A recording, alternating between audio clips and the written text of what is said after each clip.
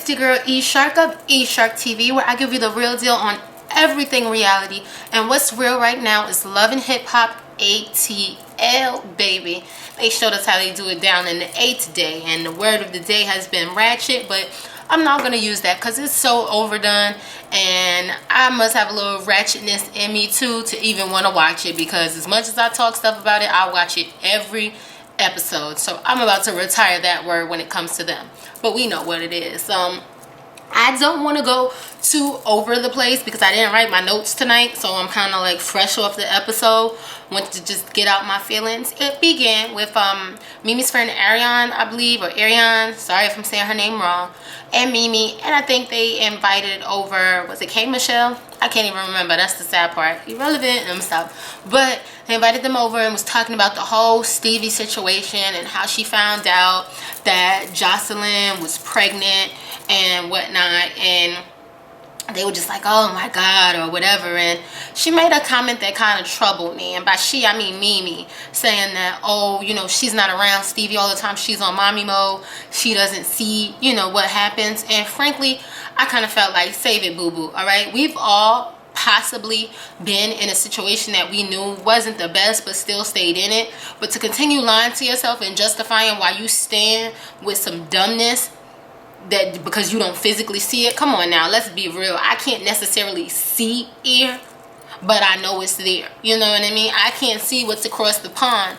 over there in Europe, but I'm pretty sure it exists unless I find something out on the news or hear that something happened. You know what I mean? Like, stop acting like you don't have a woman's intuition. It's a very strong thing that God gives us, and we may choose to ignore it. We may want to do our own thing, but you knew something wasn't right from the jump, Mimi, okay? You really knew something wasn't right for the jump, and I don't really have any sympathy for her. Was it jacked up that it happened? Yes, but this, she's been with him for what? She said like 14 years off and on.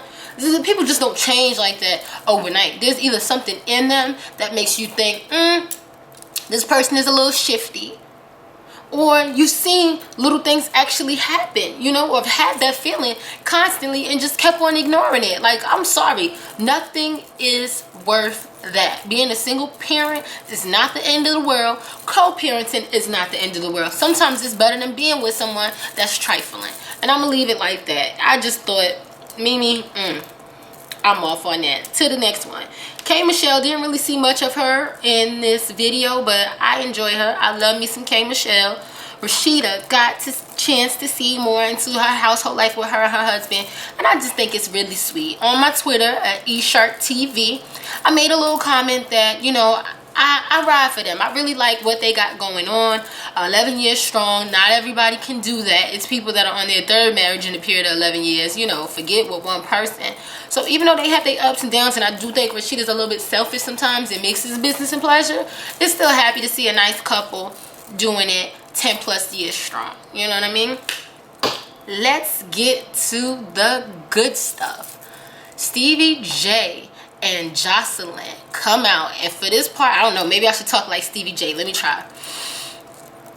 Stevie J and Joseline come out. I can't do that. I don't know how he lived his life like that. That's too hard. But Stevie J and Joseline come out, and little Scrappy, you know, is supposed to be out there with Erica to check him, to put paws on him. You know what I mean? I don't know what that means. Something like this. But to put paws on him, okay? So they get out there, and before anything is even discussed, Stevie knows what's up. He basically apologizes and says, you know what, that was crazy what happened, this, that, and the third. Now, to me, I personally feel like even if he apologized, it wouldn't be enough for me. Putting hands on him wouldn't be enough for me. I just have to leave you alone. Watch what you say. Don't say it to me again, and then go about my business. Like, I kind of think they kept on doing it for TV, or maybe it was just something with male ego. You know what I mean? Because he apologized already. What else is it to say? Like, he said, I was sorry, you know, and then Scrappy got in on the, oh, well, how would you like it if I told your bitch? And then here come Joseline with these set it off braids, like, oh, you know, like, I heard you sleeping. Like, you so off point. Like, first of all, you on the side, stay on the side, stay in your place. Like, you so off point right now. It's ridiculous. You don't even know where you coming in at in this whole type of situation, but yet you the loudest mouth. So they get into it. Now, the only thing that I didn't like is that all I seen was like a grab, and that was it. And I swear, y'all let me know if it's just me, but I swear Stevie J bit Scrappy. You know what I mean? Like, Scrappy put paws on him and Stevie was like, all right, I'm gonna sink teeth in you. That was pretty nasty. And it was like not even a bite, it was like a nibble. Like, he was like, you know, it was a little it was a little funny on that end. And so the other thing that made me really laugh too, though, was, I'm getting excited. You see, I get close to the camera the more I'm talking. The other thing that I thought was really funny, though, was that Stevie J was so relaxed. Like, he was just like, you know, smoking his cigarette, no problem in the world. And Scrappy was having a fit. He was having one of them Brooklyn rah rah rah ghetto chick moments, you know. Like, we all know what that is. Like, just, oh, nobody gonna make money in the head. Da, da, da, da, da, da, da. Like, nobody needs all that. If you want to continue this on another time, continue on another time. Other than that, keep it moving. Ain't nobody trying to hear all that rah rah rah. And frankly, Erica knew what she was doing, because you set it up for that. You know what I mean? You knew when he came out there. I've never seen him that mad. Calm down. Chicks always crack me up when they like, oh, I'm gonna tell my man on you, or I'm gonna tell my brother, or I'm gonna tell a man that cares about me that you did something trifling. And then when that dude go off, they like, oh, I'm sorry, or calm down, or I didn't know he was gonna get arrested. Like, stop it. It's 2012. Stop it. If you can't handle your own battle, then get somebody that's not important to you to handle it. I'm sorry, I'm not advocating hitman type stuff in here, but stop putting people who are close to you in a situation where they may be arrested or may look foolish. You know what I mean? Get somebody else for that. But I enjoyed that. Joseline's song, a lot of people were saying that her song was like not good, but I don't know, it got stuck on me. I'm scared, and stripper roll. Like, it was kind of, I kind of liked it. I would like to hear the whole song, except for like the first 2 seconds where she's shaking her butt, but it's whatever on that. We talked about Mimi. Let me make sure I'm not leaving anything off. What you say? Stop. It'd be so good if I had you guys telling me what I'm missing. Went through that. We talked about, oh, bloop bloop. How did I forget? Bucky. Wow, Bucky. Yes, Bucky from Flavor of Love made an appearance with Scrappy, and I'm not surprised, because I always see pictures of her with him, and they were talking about they were dating, and this was a while back. So I don't know where she fits in with that. But anyway, you seen what he was doing, and he basically pulled the Stevie J, because we've all seen on the TV him tell her they working it out, just her and him, and then he go do something like that. Like, pretty trifling in my opinion. And we all know what they was going in the house for. We all grown and we not retarded, and you don't see no dude rubbing lotion on the chick butt and then she say go inside and they pray. Never seen it happen. Don't think it ever will. Not in this earth or in the US of A. Okay? But I'm interested for next week. We get to see the whole thing with Carly Red. And Carly, I don't know, she just rubbed me the wrong way. She looked like a ish starter.